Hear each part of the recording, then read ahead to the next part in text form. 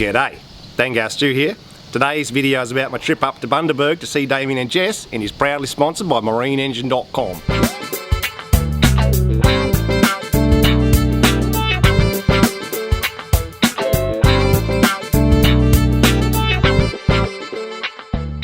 The reason for my trip up here is to help Damo with the stabilisers on his wee boat here. What the hell, bro? You steal my choice hat! Oh, fair dinkum, you bloody galah. You don't have to be such a Sheila about it. General advice in the industry is don't work with children, animals or kiwis. So we're here to put stabilisers onto Brupeg that'll stop it rolling when it's at sea. They're going to be, adjustable. You'll see them all. Damien's going to do a video on the full process. I'll just sort of show you bits and pieces. When we start though, first thing we need to do is get his MIG gear down to the bottom of the boat. I thought this would be a good opportunity actually to talk a little bit about, the various setups. I mostly do stick welding, Damien mostly does MIG welding, so let's have a chat about that as we get the gear ready. The first thing I noticed was what a beautiful place Burnett Heads is to actually work on a boat. But the second thing was just how much relatively heavy gear is involved in doing MIG welding. And if one day you're welding up at the bow of the boat and the next day you need to weld something in the stern, you've got to get that gear from one end to another. In this case, we're kind of going from up on the bow down onto the ground at the stern of the boat. I was hoping it was going to stand upright. I don't have much rope left. Oh, really? Right. Oh, lower this. Good thinking. There we go. It's also interesting to note how much more work is involved in changing to a different type of filler metal. With stick welder, next time you just pick up a different stick from a different packet. It's that simple. So when we weld stainless to mile, we use 309 LSI wire. It's 309 stainless, but it's low something. That's what the LS stands for. Low something. I just can't remember what the something is. Yes. Sausage meat. Sulfur. Sulfur, yeah. Silicon. Sacrilege. Oh, I have just the thing. For this job? Yeah, it's the right size, I think. Nice. I knew this clamp would come in handy one day. This might take some time. Fast forward. Need to stop for a break halfway through. Sit and have lunch, come back, you'll be sweet whining. It definitely makes a statement.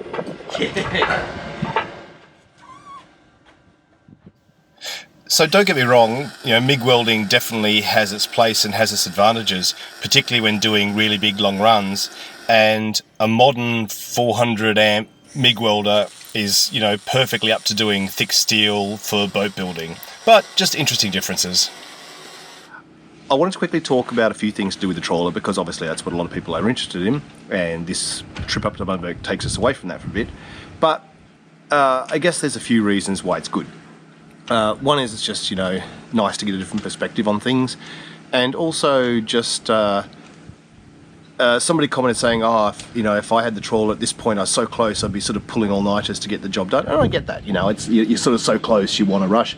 But for me, because I haven't done this sort of thing before, it would be a mistake, I think, for me to push too hard at this stage, because that's when I am likely to make mistakes. Now, the next thing I need to do is align the engine. One of the things I can't do easily is slide the prop shaft in and out from inside the engine bay. And that's kind of a really important thing to be able to do during the alignment process. I went down into Brupeg's engine bay to have a look there, so I'll show you that footage quickly and then we'll talk about some of my future plans for actually getting this job done. When Damien did his alignment, he mounted the V-block of the dial gauge onto the output shaft of the gearbox here, and then had the needle running against the flange here for the coupler going to the prop shaft here. So that's kind of what we'll be doing as well. Then you can kind of do your feeler gauge gap in here, feel around as well. You can also go against the front face depending on what dimensions you're trying to check. My real problem with my alignment is the ease with which I can move the prop shaft in and out. If you remember, I ended up using dry ice to get the thicker section of the prop shaft through the cutlass bearing to get it installed so it can get down to the worn section. When I get the money and the time, I'm going to replace the prop shaft and the propeller on Renko, but for now we're kind of stuck with what we've got. It means I may not be able to slide the prop shaft in and out as much or as easily as I'd like. Now that's a problem because what I need to do is bring metal to metal to do my alignment, then bring it back out again to get the Polyflex coupler in, not just the width of the coupler, but also to get bolts and hold the nuts and have, you know, ratchets and things in, then bring it back in, bolt it together. That's my biggest concern. Absolute worst case scenario, if I can't do that, if I can't get it to move enough, I don't know, I think we're gonna have to go back on the hard and be able to wrestle it from both ends. It's not a big deal, you know, you don't go up in the hard stand for a day or two, which is under $1,000 to do, so less than 1 month on the hard stand would have been, so you're still quite a few $1,000s ahead. But I'm going to try and avoid it if I can. We'll see. So I'm slightly annoyed about the problems I'm going to face, but I'm actually more annoyed that I just spilled my beer. Anyway, one other thing I should mention is I put those high density polyethylene shims in, and I've decided to change those to steel. A few people said you just make them steel. You've already got the sort of the poly vibration dampening in the Polyflex mounts I'm using, so I've already got, you know, something to avoid it being just metal on metal. So that's fine. But the reason I'm going to do that is this. At the moment, if I have these high density polyethylene shims, I then have my engine mounts that have these kind of slotted holes, and the mount itself, the threaded mount that goes up to the engine. I can adjust the engine up and down, and I've then got a steel rail that these mounts go onto, so I can put a bolt through the hole in the Polyflex mount. Damien's telling me that everything I'm telling is not true. It is true! What would you know? Come on. Beer and spaghetti. Oh, really? Okay. Give me... Way more important. It is. Give me 2 seconds. Yeah, fair enough. 1, 2. Not actual 2 seconds. Come on, ready? All right. Obviously dinner's ready.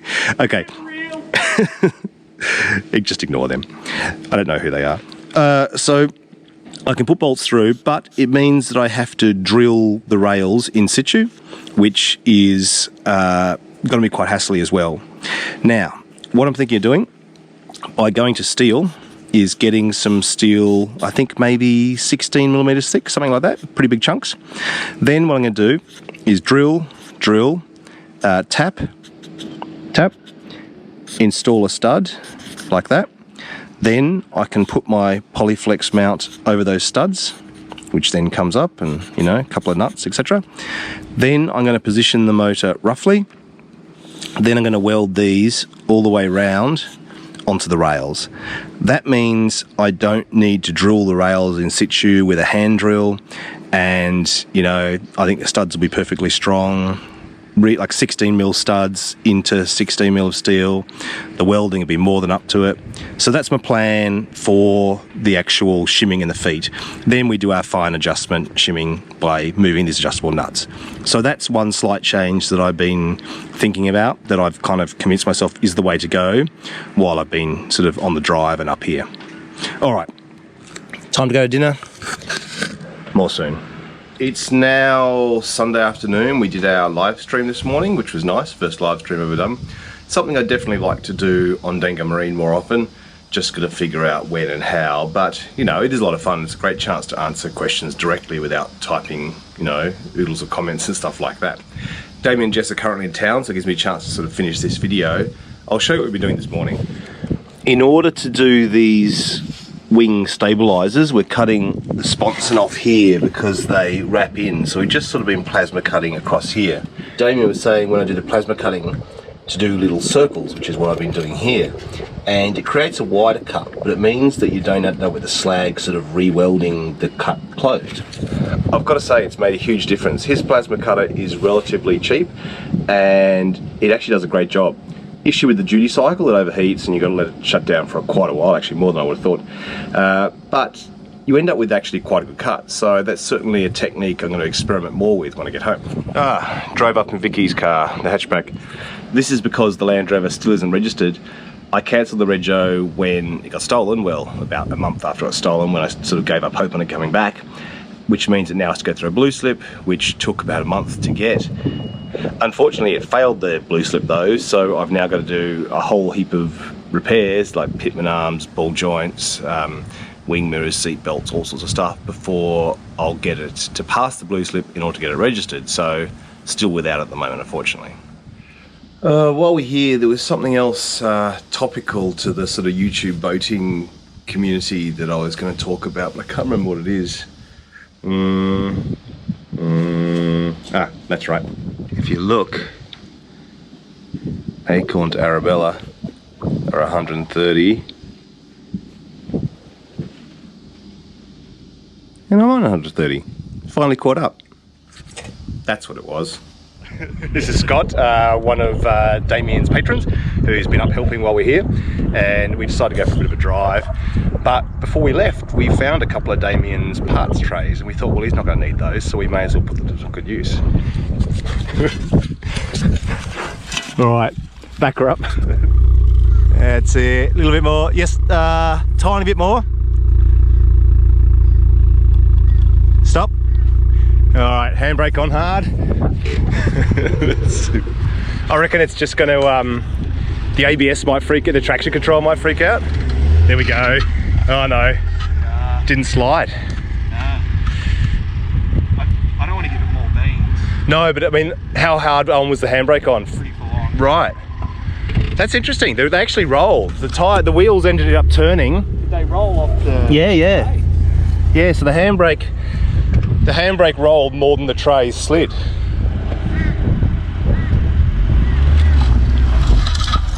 Nah. Yeah, left them behind. For me as a tourist too, it was really important to try and sort of take in some of the Queensland cultural highlights while I had the chance as well. That's what I love about Queensland. The cycle of beer continues. Forex makes a lot of sense to me now. One other thing Damien and I have been talking about while I'm here up in Bundaberg, and once again this is a great part of getting together and helping each other, physically with jobs, but also sharing ideas, is talking about having more space in the boat. Renko is obviously a small boat, 30 foot, not very big at all.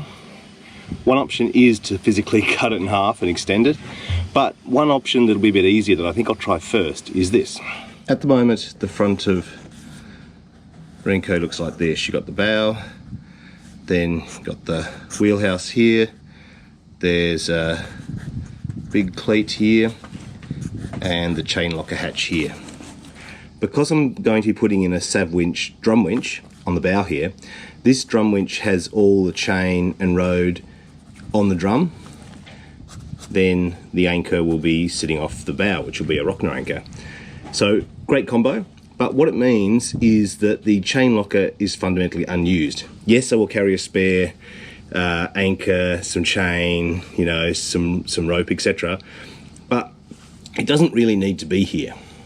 I do need the cleat here to attach my swing mooring eye onto, but that can be moved too. So the idea is to open up the bulkhead that is just forward of the wheelhouse somewhere, about here, then get rid of all this stuff and raise the deck up about half the height up the bulwarks. Then I would need, next to the wheelhouse, some steps up. I've got to be careful here of the headroom of the awning overhanging the wheelhouse. That could be an issue. So, I need to look into it.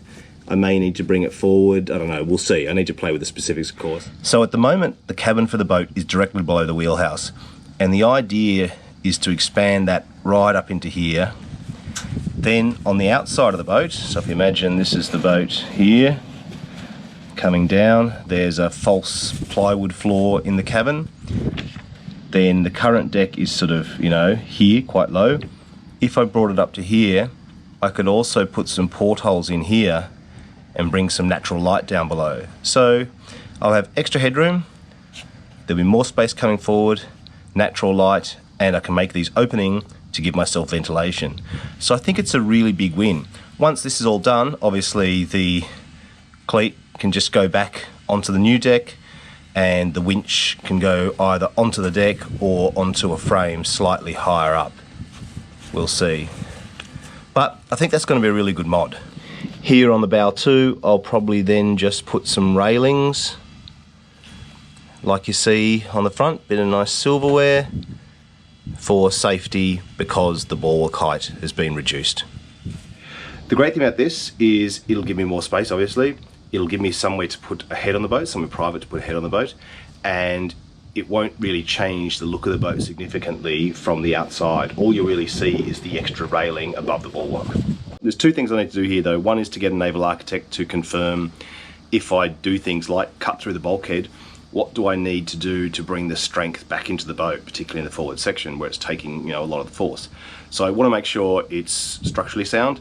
I'm also going to mock up a plywood template for the deck to both see how it works, i.e. hitting your head on the awning of the wheelhouse when you get up there, and also they'll end up being the templates for carrying the steel, so they're kind of a bit of a win-win. Well, thanks for watching. You're probably wondering maybe why I sort of, got the boat to a point where it was almost ready and then took off to Queensland. And there's a couple of reasons for it. One is it was already booked in, the timing just was what it was. But the other is that there's enormous benefit to be gained by seeing other boats, talking to other boat owners, other boat builders, to inform your own project. It's the reason we all kind of watch these types of videos. I watch other channels, because you need this cross-pollination. I've got some really good tips on plasma cutting while I've been working with Damien that makes my cutting a lot better than it was, which is awesome. I'm always happy when I've learned something new like that. And also just nutted out some great ideas for making both the aligning of the engine and increasing the space on the boat. And that sort of stuff's just really valuable. Sometimes, just taking a bit of time out actually puts you ahead of the game down the track. And that's what I feel this trip has actually done for me. Another reason to head up north is that I'm visiting my friend Brett from Ocean Solutions, and he is actually going to get me a couple of Rockner anchors. He's an importer of Rockner anchors in Australia, and he's going to help me get a couple of those for the trawler. So that's just going to be awesome as well. So when I get back, I'll have those Rockner anchors and I can start connecting them up to the Savage. All right, well, take care. I'm heading back down in a few days. When I get back, I think the next video will probably be on doing the rebuild on the Jabsco pump. Then we'll get into aligning the engine. All right, well, take care. I'll catch you then. See ya.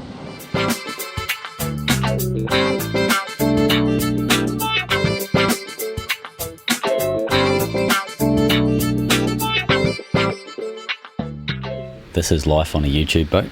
Look at this. And the YouTube star in his natural habitat, out in the wilderness, with a GoPro plugged into a laptop, headphones, staring at stuff, wondering, oh my god, am I really happy with this edit? This is the 47th time I've watched this video. I'm losing the will to live. Thankfully, I have beer and coffee, in equal measure obviously. Oh, that'll certainly get me through my days.